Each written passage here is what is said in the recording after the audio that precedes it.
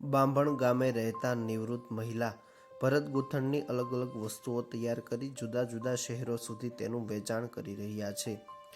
હાલના સમયમાં જોઈએ તો મહિલાઓ પોતાનો અલગ અલગ વ્યવસાય શરૂ કરી તેમાંથી સારી એવી આવક મેળવી રહ્યા છે।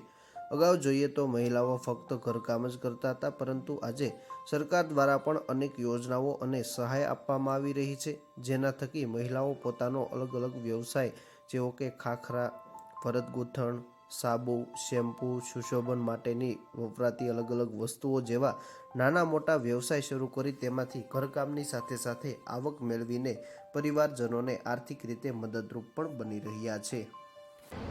મારું નામ સવિતાબેન છે। હું બામણ ગામમાં રહું છું। મારો તાલુકો બોટાદ જિલ્લો છે અને હું સહાય જૂથમાં કામ કરું છું।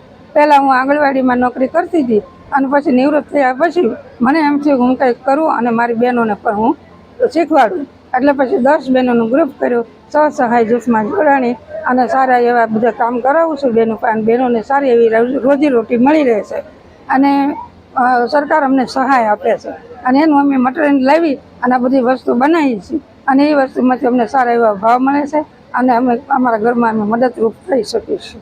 કઈ કઈ વસ્તુ મારી તૈયાર કરો છો? અમે રૂમાલ બનાવીએ છીએ, મોર બનાવીએ છીએ, રૂમાલ અને ઈંડોણી અને તોરણ, પડદા એવી બધી વસ્તુ ભરત ગૂંથણ કરીએ છીએ અને એનું વેચાણ કરીએ છીએ। એમાંથી સારો એવો લાભ મળે છે। અત્યારે જોઈએ તો નાની ઉંમરમાં લોકો કામ નથી કરતા, તમે આટલી ઉંમરે પણ કામ કરો છો, શું કહેશો? પણ મને પહેલાથી જ ઉત્સાહ બહુ હતો કે હું નિવૃત્ત થઈ છું, પણ હવે મારે શું કરવું? મારે દીકરા દીકરીઓ બધું સારા, અમુક આર્થિક સ્થિતિવાળા હતા, પણ આ કામ કરવા મળી પછી પાછા અમારે બધું ઘરમાં અમે સારી રીતે રહી શકીએ છીએ અને સરકાર અમે નાની અને મોટી બધી વસ્તુ બનાવી છે।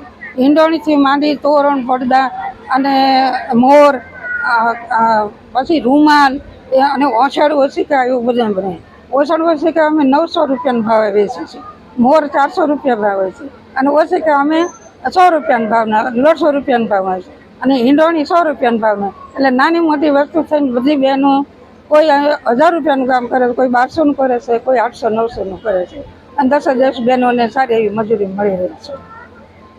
બાંભણ ગામે રહેતા મહિલા સવિતાબેન, જેઓ અગાઉ આંગણવાડીમાં ફરજ બજાવતા હતા, પરંતુ પોતે વય નિવૃત્ત થઈ ગયા બાદ સ્વસહાય જૂથની બહેનો સાથે જોડાયા।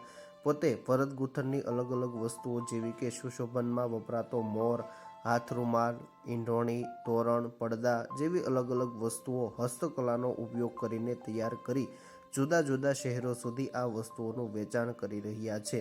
સ્વસહાય જૂથની સાથે જોડાયેલા અન્ય મહિલાઓ પણ આ વ્યવસાય થકી આવક મેળવી અને પરિવારજનને આર્થિક રીતે મદદરૂપ બની રહ્યા છે।